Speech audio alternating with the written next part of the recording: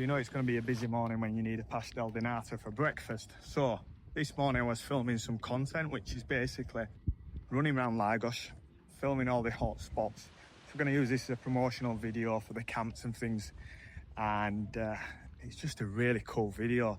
You have no idea how many nice places there are in Lagos, just some beautiful scenery. So we've just kind of captured that in a run along video with Ryan. I am not at all the interesting part in the video. It's all about the hotspots, but just kind of the tracking device, if you like. So we did that, ended up covering 7 kilometers this morning, filming that, which I didn't expect.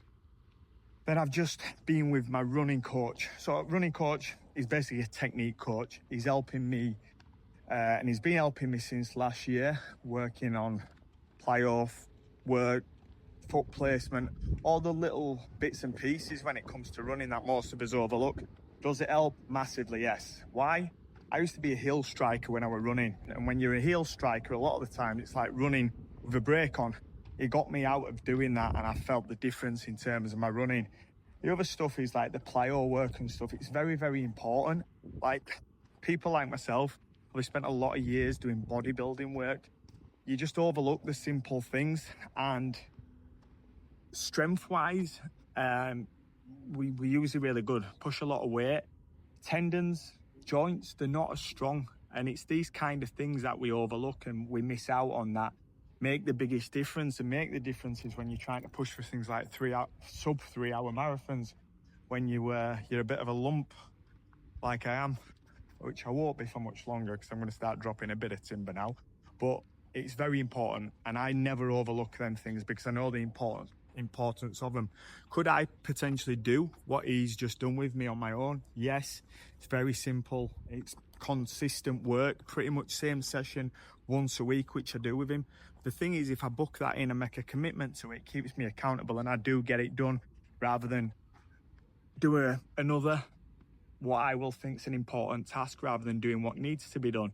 And I see the benefits in it. And this is the important message here. How many of you are willing to do the little bits and pieces, or put yourself in a position, whether it's somebody else to keep you accountable, to make sure that you actually get it done? One of the things I love to hear, I wish I had £1 for every person who told me this. I know what to do, but I'm just not doing it. Yeah, we know you're not doing it. We can see that. So sometimes making yourself, if you've not got that own personal accountability, if you make someone else make you a little bit more accountable, or you make a commitment to something, you're more than likely to get it done. And that's exactly why every single week I go to the technique coach and I do the work, and it doesn't get missed. Might be something to think about in that there. So after that today, I was supposed to train legs.